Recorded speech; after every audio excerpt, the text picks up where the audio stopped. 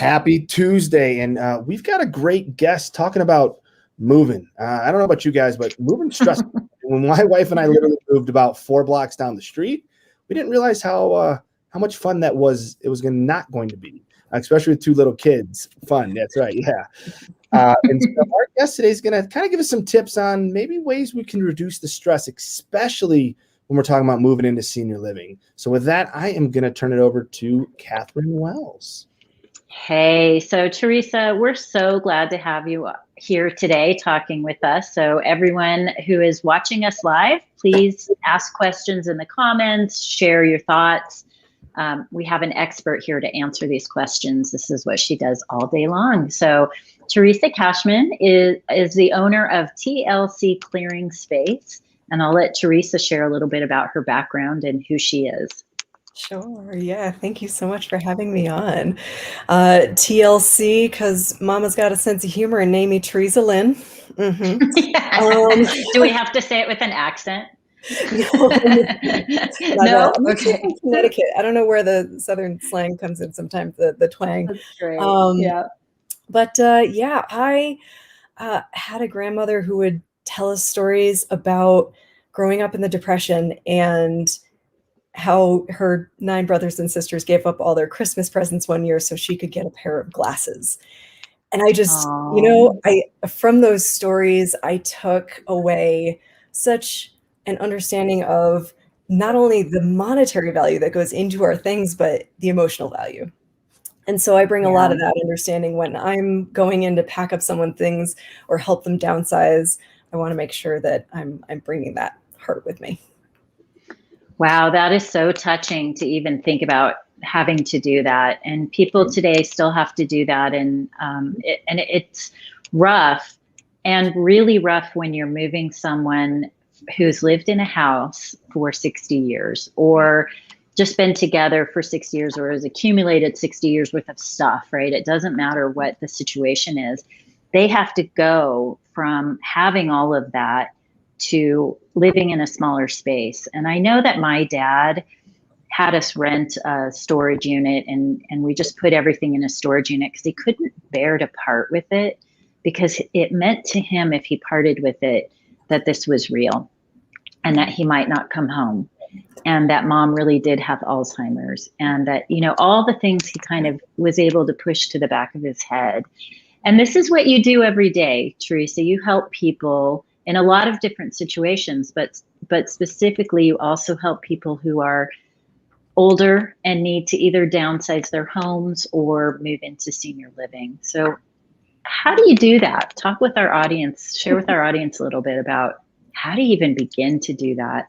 Yeah, carefully and with heart, right?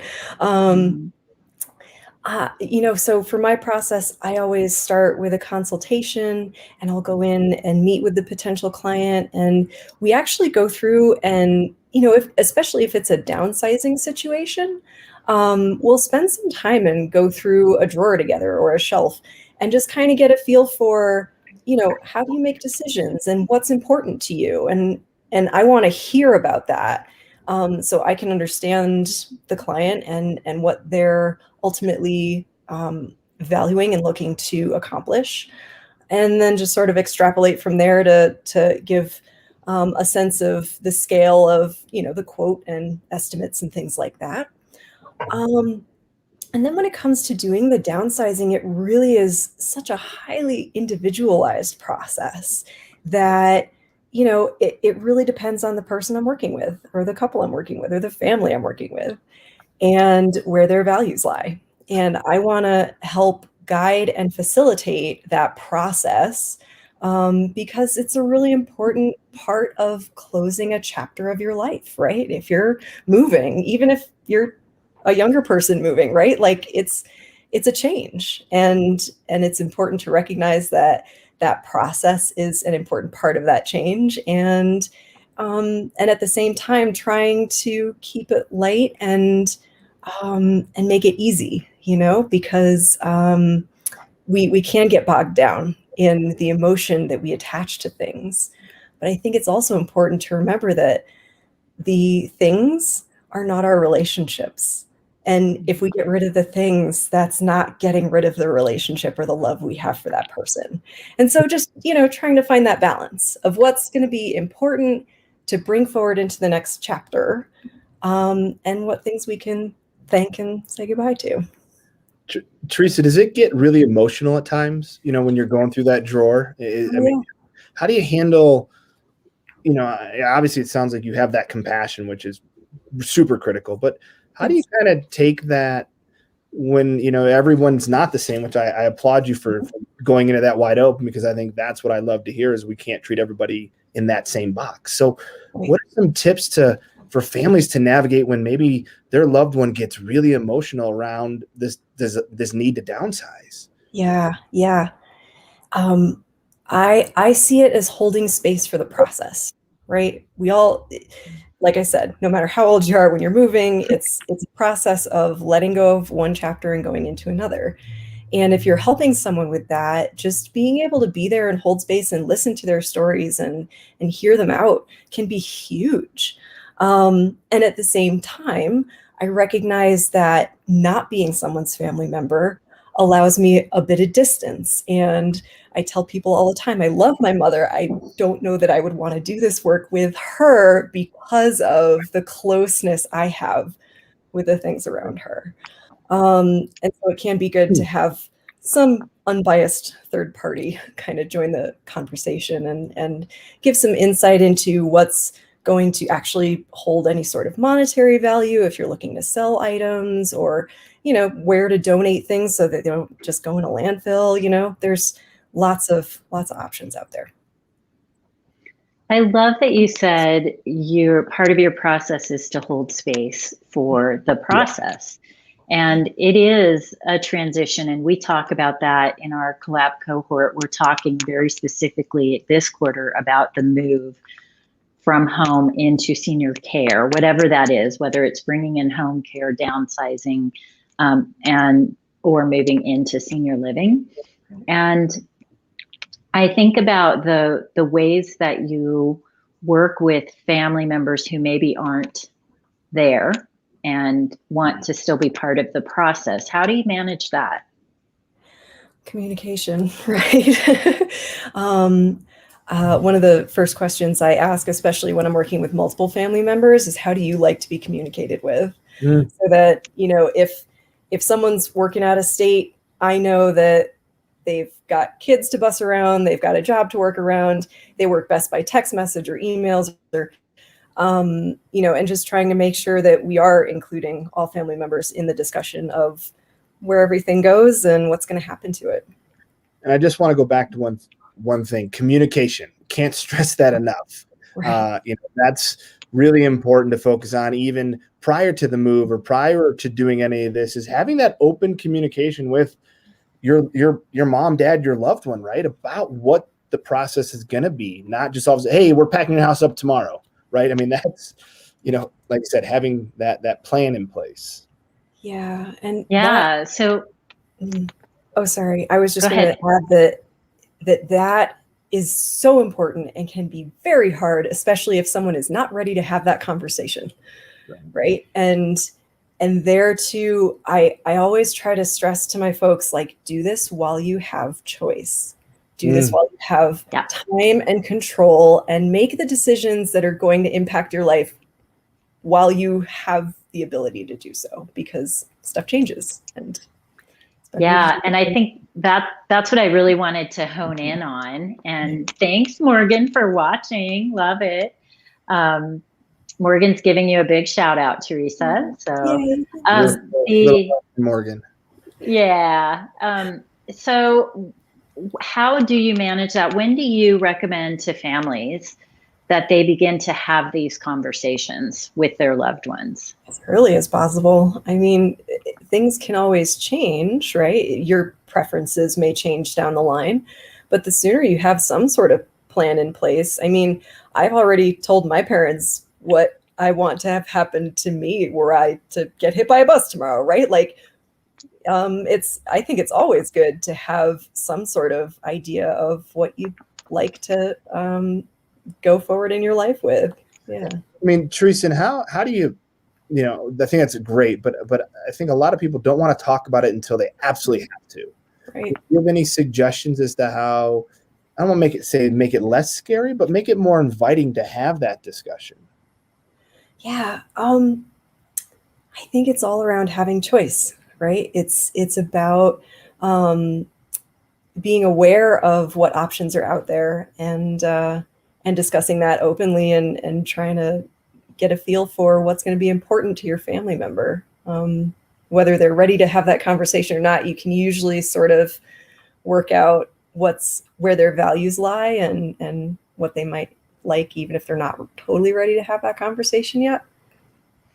You know, if you, as a family member, if you're at all concerned or you want to start having that conversation, I wonder if it's a good idea to maybe start telling stories that you have of other people. So what kind of stories could you share about, you know, real life scenarios that maybe worked really well and maybe didn't work really well, so that families can have something that they can say, you know, I know that this person down the road did this and it seemed to work really, really well for them. What do you think? Because your things are important, mom or dad or spouse. Mm-hmm. And we want to cherish that and we want to honor what you want to do with that. Yeah. So what are your thoughts on that, Theresa? Do you have some good stories to share? Yeah, the way you phrase that is beautiful.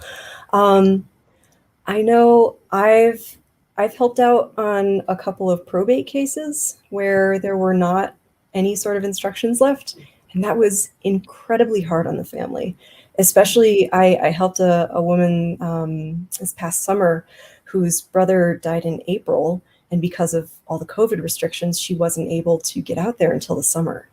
And so we were trying to go through everything in his apartment without any sort of guidance as to what he would have wanted to have happen to those materials, or, you know, whether he would have been okay with her selling stuff or keeping stuff, or, you know, and that was pretty tough. I've also helped couples whose health declined really quickly and unexpectedly. And my favorite couple, I'll change their names for their privacy, but Sarah's health declined so rapidly that she wasn't able, they invited me to come into their home to bring everything up from the basement because they weren't able to carry it up. And it was just so much material. She got so drained after about an hour that I had to come back again and again and again to try to go through this material. And they ended up not even keeping much of it. You know, a lot of it just went to donation because they had held on to it for so long. They still wanted to go through it, but, you know, there wasn't anything really of value. So, yeah. I find that a lot. I find that generation, and when I say that generation, I speak more about my parents' generation. They would be 82 right now if they were alive. And the idea that they held on to things because they grew up through the Great Depression. So they just held on to things. You didn't throw things away. Right. And we had that experience as well, going through their things. Like a lot of it just never needed to be held on to. But then some of it you realize meant something really special to them and you had no idea. And so that's the joy in all of it. And I know I can imagine being in their shoes, in the older adult shoes, and having people go through your stuff. That would feel really awful to me, like losing control. So can you talk a little bit about, give our families who are listening some pointers on how to approach that so that their loved one knows that it's still their stuff and they're in control and the family members are just there to help them? Yeah. I think what you just said is all they need to hear, honestly. It's like, you know, that anyone knows that if you lost control over your independence right now, you'd be mad, right? And I see a lot of families where, you know, the unfortunate reality is that being so close to someone, you can sometimes be the brunt of that and you can receive a lot of that anger. And that can be really hard to accept. But I think the love that we have for our relatives will carry us through and help us with that. And I think the best you can understand is that, as we age, things change, and our personalities change a little bit, and we get a little more stuck in our ways, or otherwise small changes happen where, it may not be the exact same personality that you grew up with, and having lost some level of control can bring up a lot of really hard feelings, and the more we can just be there for each other and just be present and hold space, like I said before, is kind of the key. I love that. And I could imagine being mad, but coming from a place of fear. Like, this is scary. This really is, this is becoming the end of my life, and I don't like it. Mm-hmm.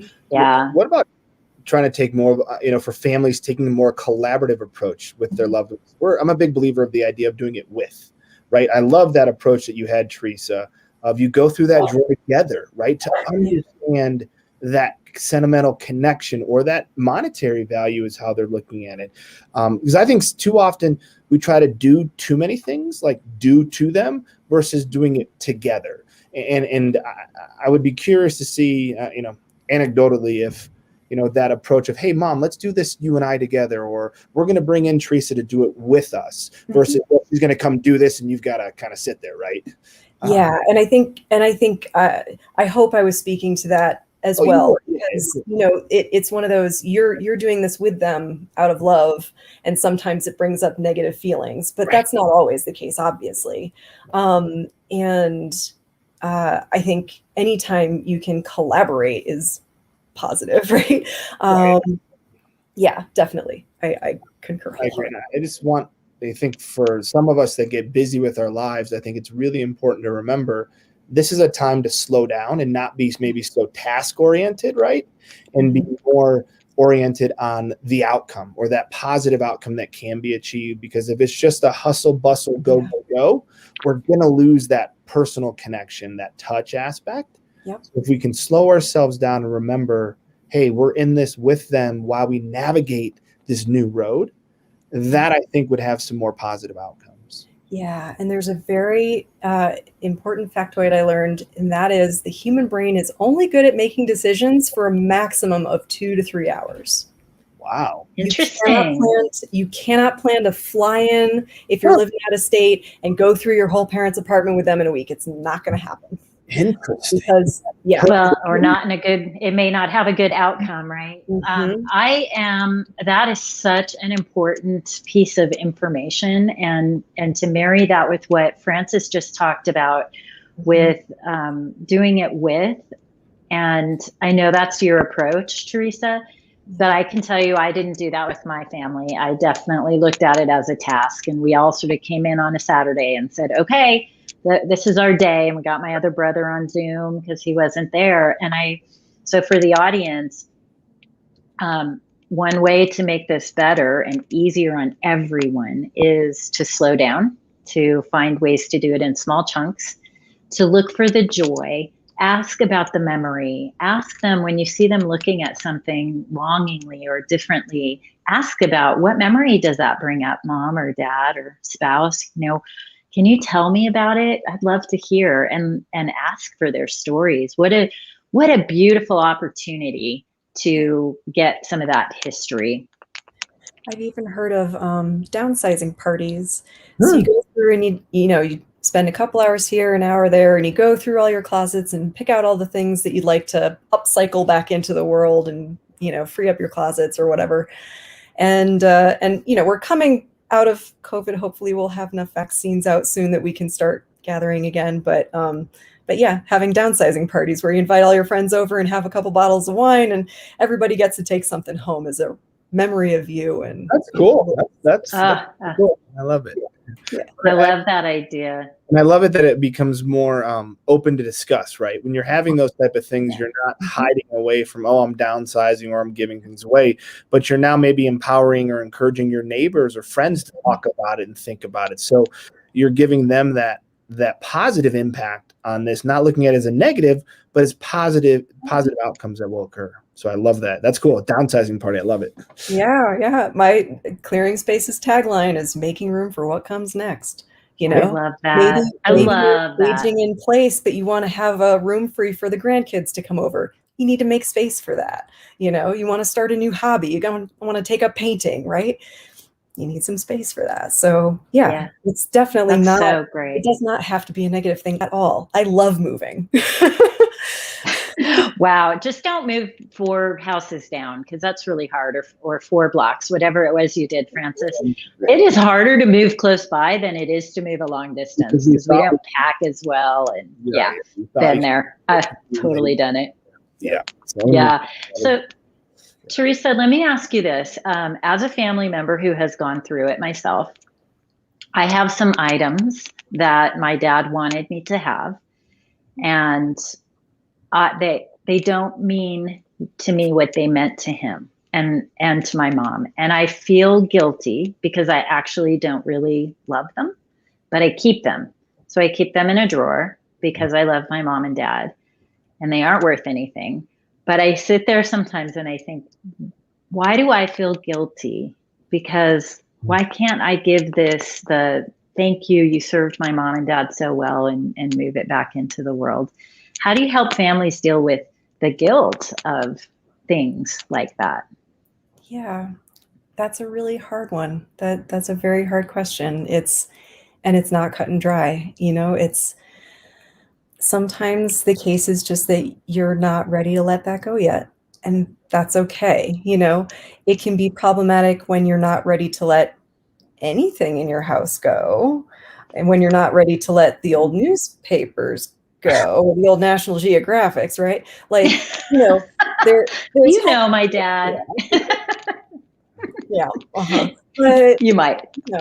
But I think, you know, it's worth checking in with yourself and seeing what's happening in there, and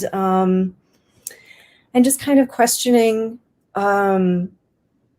where you're holding your values, right? Because if you're holding on to this as a memory of your father, then that's great. If you're holding on to this out of duty to him, that could be a good thing, right? Like there's lots of values that come out with each of these items that we come across. And I think it's important to just kind of take a step back and, like you said, slow down and just look at that and say, am I holding on to this just straight out of guilt, out of shame for something? And is that a good thing for me to keep in my life for that reason? Or is it time that I address that and look at that? So it just depends on why you're holding on to it. That's great. And it is a process, isn't it? Yeah. Yep, absolutely. Yeah. And there's not a right answer. How beautiful is that, right? Because we are individuals. We are unique. Right. And I love it. The line I draw in the sand for me is people's safety, right? So if you're talking about holding on to everything in your house and you've got a level of clutter that's going to cause tripping hazards that could put you in a hospital, or an amount of stuff that, God forbid, if emergency personnel came in, if there was a fire or something and they were going to be hurt by your stuff, that's where I want to draw the line and really have that hard conversation about, it's really probably a good idea to start letting some stuff go, because safety is I think that's a great way to look at it, though, is finding that balance, and safety needs to, really be at the forefront of what, we're doing. And you can still do safety with compassion and love, right? It doesn't need to be that aggressive approach. So, but I love that philosophy of where you really have that hard line is around safety. And I think that's so important. So important. Yeah, exactly. Yeah. And for our audience, Theresa is a master at what she does. So if you are wondering, like, how do I talk to my parents about this? How do I start this process? I'm not sure I have a unique situation here. I want to talk it through with someone. Call Theresa. She'll talk with you about it and help you kind of navigate that a little bit. So Theresa, we always ask our guests, who do you consider to be a maverick in your life? Oh gosh. In my spare time, I'm also a stained glass artist. And so I happened to make friends with the owner of Meow Wolf down in Santa Fe. It's this crazy art interactive space. Very cool if you get down to Santa Fe, or there's one in Vegas. They're building one in Denver. It's right at Meow Wolf is what you said? Mm-hmm. Yep. They're building one at I-25 in Colfax. So you'll see that in the next year or so. It's very exciting. But one of the initial founders and I became friends. And I mean, if you've ever been to one of these places, or if you get to go to the one in Denver when it opens this year, you will understand why I think he's a maverick. He's just revolutionizing, what we view as an art museum, right? Like, this is a whole different experience. It's cool. How fun. I can't wait. We'll have, if everyone is vaccinated or, we're in a good spot, whenever they open, we'll have a little Mavericks gathering there. That sounds like a blast. Perfect. Love it. Very cool. Very cool. So Theresa, tell our audience how they can reach out to you. Yeah, definitely. Feel free to find me, and it's all up on the bottom now. My website is tlcclearingspace.com. You've got my phone number and my email there. And honestly, reach out with the dumb questions. I don't mind. It's fine. Don't worry about it. There's no judgment and no shame. Just whatever you got. I'll be happy to help. No judgment and no shame. It's a no judgment zone, and that's so important when you're going through that. Theresa, thank you so much for joining us today. We appreciate you. We appreciate all that you do to help families and older adults navigate a new time in their life. You too. Thank you so much for having me on. I appreciate it. Thank you, Theresa. Have a wonderful day, everyone. Stay tuned. We're going to have some more stuff coming out from our Mavericks cohort, as well as we've got some great guests coming down the line, including I think we have an elementary student that we're going to talk about aging here in the next couple of weeks. So stay tuned as we got some topics coming up.